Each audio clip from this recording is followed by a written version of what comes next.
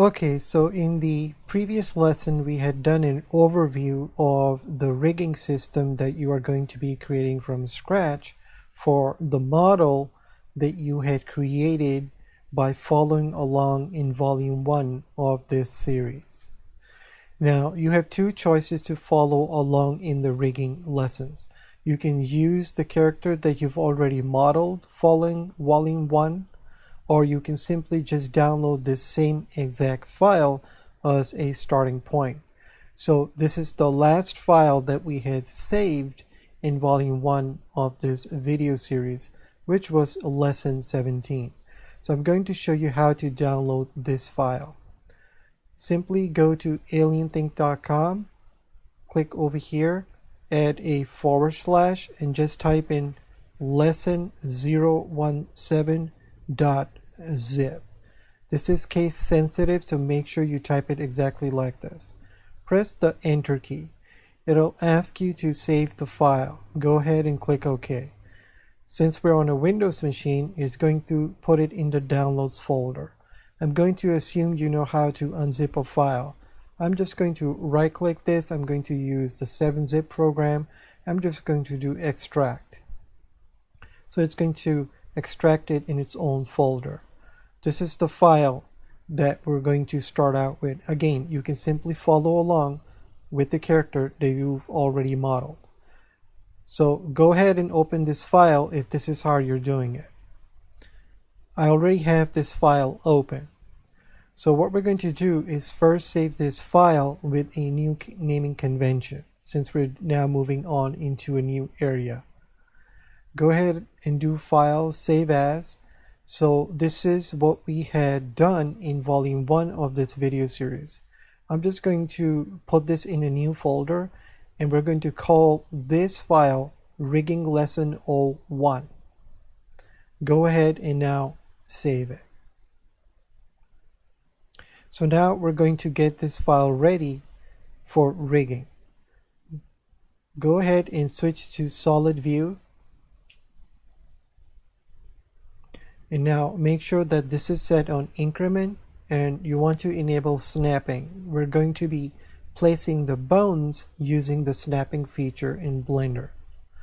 In the layers menu, just click on the layer where the figure is on.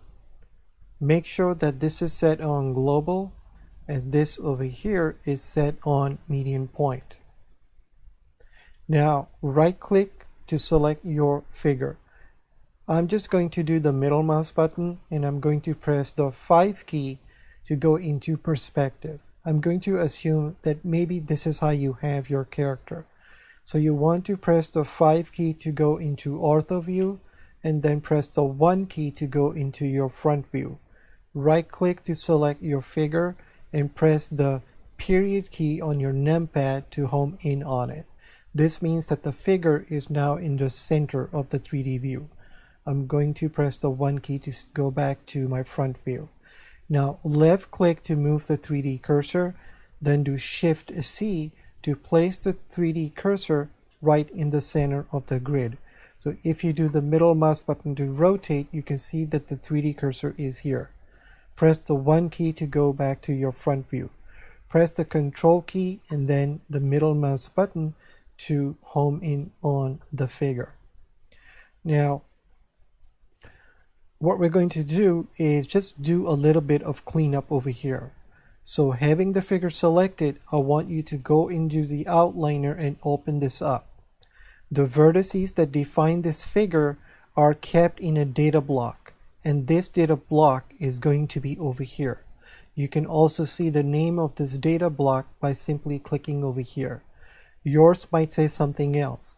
Just click over here and type in figure and press the enter key over here. This will just clean it up. Since we're already here, we might as well just click over here and make sure that it does the same thing for these two objects. These are the lights that we had created for the cycles renderer. I'm just going to click over here, click this and just say light, enter, click on this one and say light back. It's a good idea to do this to make sure that the name of the object matches the name of the data block. Remember, this data block are simply just vertices that define your 3D model.